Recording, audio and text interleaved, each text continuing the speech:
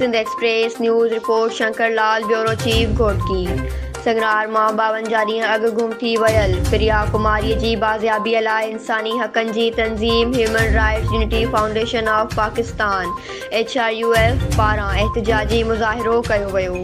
ख़बर मूजिब human rights unity foundation जे अॻुवाणनि संगरार मां 52 ॾींहं अॻु लापता थी वियल प्रिया कुमारीअ जी बाज़ियाबी लाइ वारसनि वटि पहुची एहतिजाज मुज़ाहिरो कयो।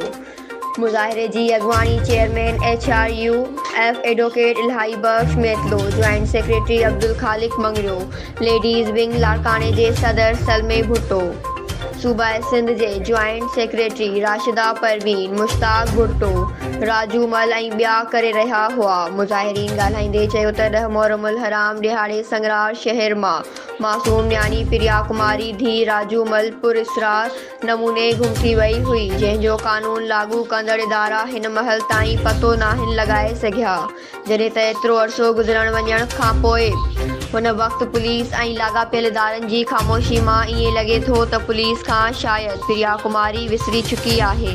मुज़ाहिरीन वज़ीर आला सिंध DIG सखर ऐं SSP सखर खां मुतालबो कंदे चयो आहे त प्रिया कुमारीअ खे बाज़ियाब कराए ॾिनो वञे। हुननि चिताव ॾींदे चयो त जेकॾहिं प्रिया कुमारी खे बाज़ियाब न करायो वियो त असां एहतिजाज जो दाइरो वधाईंदासीं ऐं अदालत सॻोरीअ में केस बि दाख़िल कराईंदासीं।